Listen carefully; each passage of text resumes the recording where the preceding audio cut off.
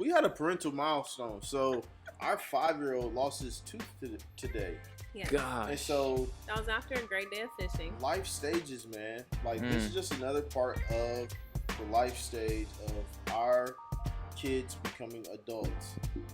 And so on top of that, we also have to talk to our kids about race, and we talked about that with y'all the other day. Gosh. Hey, I saw the video of y'all's kids getting their tooth removed. Gross. Yeah. I don't ever remember that happening to me. What happened? I'll just be honest. If it was up to me, I would love to lose all my teeth right now at 30 and then get another set. That's just me. Wow, you like, can you imagine if we lost our teeth at 5 to 7, got our teeth, our new teeth, rock with those for about 25 years, and then got a new set to last us to the end of our life?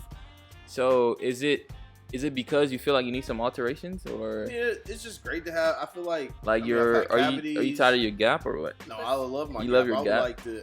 So if the new one grows, I got gaps all over. Mm-hmm. If the new one comes in, does it grow? I think it. Does it grow in the same pattern? Like you got the same gaps? I would be fine with same pattern. That's what I'm saying. I'm okay with same pattern. Just new teeth. Just no cavities. Can you imagine that? No cavities. But cavities brand new teeth. could go down. Think how much money nerves. that was. Yeah, true. So Just the think how damage much. is at the gums. So your new set of teeth. People would doesn't just really be change living anything. reckless, though. They would never go to the dentist. They already don't go to the dentist. Like me. But they would never go to the dentist. I've been to the dentist like once in my whole life. Yeah, you should probably go a little more. Just a little more, but once a year. Start it Once a year. That's a Once lot. a year. Yo. Welcome back to the 50 Shades of Melanin podcast. Yes, sir. My name is Emmanuel. Danielle here. And Tim. Listen, my name. There's not much you can do with my name. It's one syllable. Bro. You gotta It's add one- to it. Hi. And Tim. It's one syllable. Tim. The Tim. And Tim here. Tim Miles, Tim Miles. People mix it up and be like, Till? That's why you gotta add to Kim? it. You gotta add to it. Anyway, what are we talking about today? Man. Canceling culture. Just cancel all the culture. I know, right? Oh, man. Cancel culture. Yeah. All right. So, I'm about to define cancel culture for y'all. According to dictionary.com, isn't that crazy? It has a pop culture dictionary. I know, right? That's new. Didn't know that. So, cancel culture refers to the popular practice of withdrawing support for public figures. Oh, man. All right, I'm going to just start that over. Cancel culture refers to the popular practice of withdrawing support for public figures and companies after they have done or said something considered objectionable or offensive. Cancel culture is generally discussed as being performed on social media in the form of group shaming. Interesting. So, from what y'all have seen around, what does it look like to cancel someone? What does cancel culture look like? So my take on cancel culture is that, so there's a social media aspect. Mm-hmm. And What does it look like on social media? So the social media aspect is to call out the person or the group. Okay. And to essentially say that we are withdrawing we are withdrawing our support. We're not going to go shop here. We're not going to do those things, right? Mm-hmm.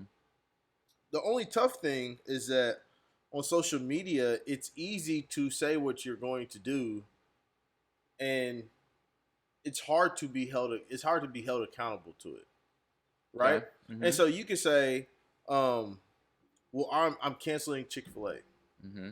right? Mm-hmm. But you can have thousands of people putting that out, cancel Chick-fil-A, cancel Dan Cathy, cancel all these people, Yeah. But if you're not willing to actually boycott, it's really supposed to be boycott. That's the call for cancel. Cancel culture should push people to boycott against companies in order to push them to change. Okay. And so I don't see, cancel culture as necessarily wrong. If you're thinking about how can we use these things for change. Okay. But I think a lot of things that you also see on social media. I saw a white guy. I think he posted, 4 or 5 colleges, and he was talking about, and it was like Harvard, Yale, Rice University. It was some other schools like that, and they were talking about like how they got founded and who they got founded by. And it's like the reality. Most white colleges in the United States was probably got money from slavery, right? Mm-hmm. And so what is the goal? So he was like, well, cancel this school, shut down this school, turn in your diploma. And it's like, do you know how many colleges were founded off of this, right? So what do you do? So Rutgers University, Rutgers is the first or second most diverse. In Jersey? Yeah. Or maybe New York. I think it's Jersey. In Jersey. So first or second most diverse campus in the United States, right? Mm-hmm. But by his logic, because Rutgers was founded by slave owners, right? And so I'm reading this in a book, Stamped from the Beginning, and he was talking about these different colleges, but Rutgers University is one of them, right? And so, do you cancel Rutgers, or do you? So Rice is a pretty diverse school. Yeah. Do you cancel Rice, although it's diverse? But now you're looking at the past and you're saying, well, just because of the past, now you're going to cancel them. And so that's the stuff where I think it's like it's not. That's where it loses me. Yeah. Where now you're canceling places like a Rutgers who is super diverse. Yeah. So you're saying it's important to know the purpose, like why am I withdrawing my support, like, and how does that look? And to take all things into consideration and not just be so flippant and like, cancel this. You don't have black people in leadership. All right, cancel. It's like, okay, what are they doing as a whole, as a company? Like, are they serving in all kinds of communities? Are they, do they employ a lot of different types of people? Are they benefiting all people? Or is their company really only benefiting a specific group of people? Yeah.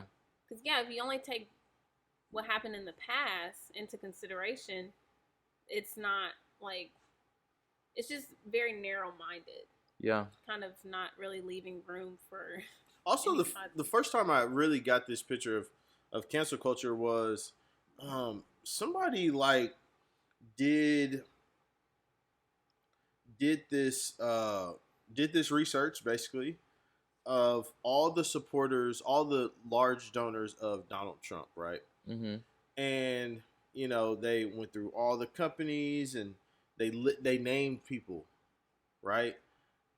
People were like, yeah, I'm boycotting that company. I'm boycotting that company. Yeah. And one of the people that was a major supporter was a guy who was on the board for Facebook and Instagram. Yikes. You see, what do you do there? What do you do there? What do you do there? Yeah. You get what I'm saying? Yeah. So I heard so many people like, man, this guy had to mess it up. And so instead of actually, because you're not going to boycott, you're not going to leave. That's your platform. That's your platform. Yeah. Right? Yeah. Interesting. And so I'm saying it's easy to boycott things. It's easy to boycott things that are luxuries. Yeah. Or that you feel are luxuries. Yeah. And so that's where some of it is tough for me because it's like, well, we can talk about the Facebook, Instagram thing, and it's like, instead of boycotting, I'm just going to keep posting that this guy needs to get fired. Yeah. But as long as you're using Facebook and Instagram, that's going to show them it doesn't matter that much. Yeah, for sure. Right? And so there is to a certain extent where if you really want something to change, it's gonna have to cost you. Yeah. And that's where, I mean, I can bring sports into this. That's why you see the type of money that you see in the NBA. That's why they get that type of money, because they're willing to shut down. They're willing to shut that season down. Yeah. Top players making the most money, they're saying, I'm not coming to work. Yeah. And they've done that several times. Yeah. Versus the NFL, who, I mean, golly, They're showing up. it's terrible. And part of it is because your top paid players are the quarterbacks, Yeah. right? And they're not gonna not show up to work, Yeah. right? And so they know you're gonna show up because you want that.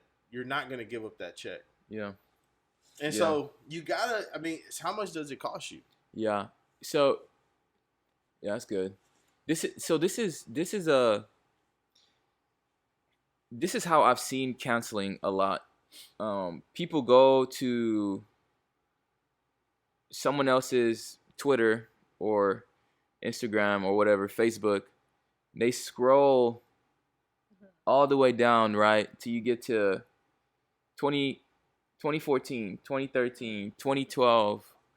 And then, they see them say something that they consider, whether it's racist or sexist or, whatever. And they take that and they use it to essentially cancel this person. Tell people don't associate with this person, blah blah blah blah. So in that case, like, what are y'all's thoughts on a case like that? Gosh, I mean, my first thought is, thank goodness I didn't have a Twitter back when I was in college. Yeah. I think you have to look at, where people's lives are, and it's hard. I mean, it's so hard when your main when your main platform is social media it's so impersonal. Yeah. It feels personal, but it's just so impersonal, and so that is so hard for me that a lot of times I think that cancel culture, what you see on social media, can almost be a byproduct of what we do to people in our own lives. Explain that a little bit. In the sense of, if I don't like what you say, if I don't like how you said it, I'm just not going to listen to you anymore. Yeah. More so, even if it's like, I don't like how you said it, I'm not going to listen to you. But I get, like, man, you don't like what somebody says. I understand how that's hard, right? So I'm not going to take that away.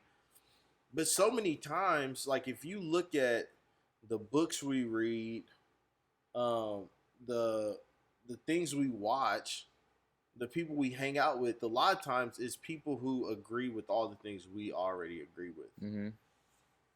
And Christians do that.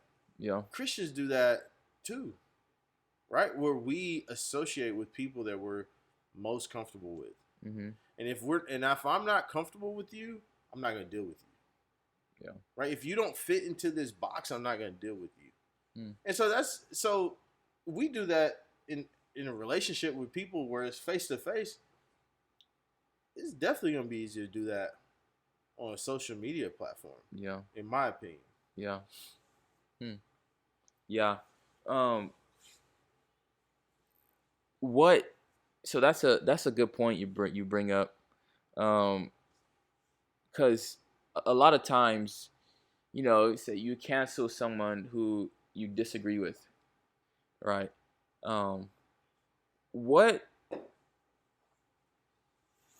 What could someone be missing out on by automatically canceling someone they don't agree with? Like, what could someone be missing out on? Or is that good? Should we cancel everyone we don't agree with? Yes. No, I'm just kidding. So I think you are missing out on the opportunity, if you think of it, maybe selfish, but as a way to personally develop your own convictions and your own, like, how you process things, how you communicate it to others. Yeah, you just limit that opportunity if you're only putting yourself around people that you always agree with, that you see eye to eye with on everything. It's just boring, and you don't. Personally, I don't grow if I'm not around people who ruffle my feathers sometimes to make me question, like, okay, why do I actually believe this? It's kind of like being a Christian, right? You hear people, you grew up in the church, okay, I know who God is, I know who Jesus is, but you don't have that personal conviction to even say why you believe it. But then once you're kind of faced with it firsthand, like, okay, wow, this is my life, like, this is what I need to take ownership of, then you actually start growing and developing. So yeah, I think it just limits your opportunities for being able to grow as a person and grow as a thinker, and a communicator for the things that you have convictions for. And we're not saying that, and I think we're going to talk about celebrities and stuff like that later, but we're not saying that if a company or a celebrity says something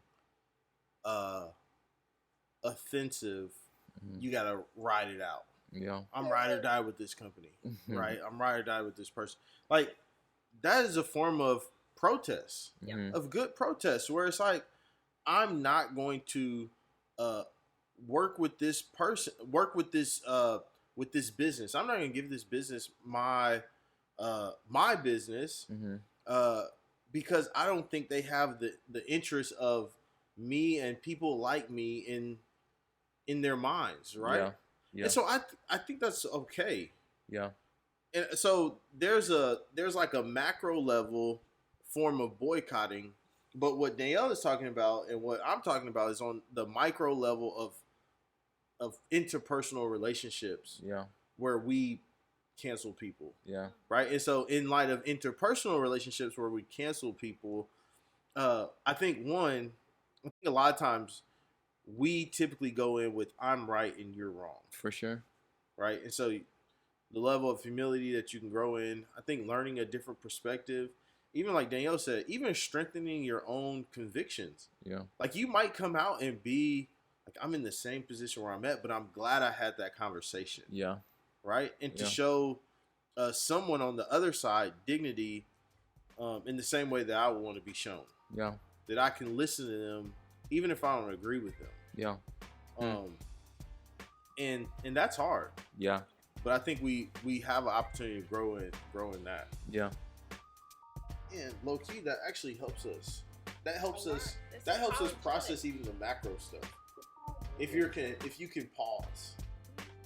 Like, you're out here, you put out cancel Yale, or cancel this, whatever. It's like, there's no way that's, I don't know, I just can't think that's all the way thought through.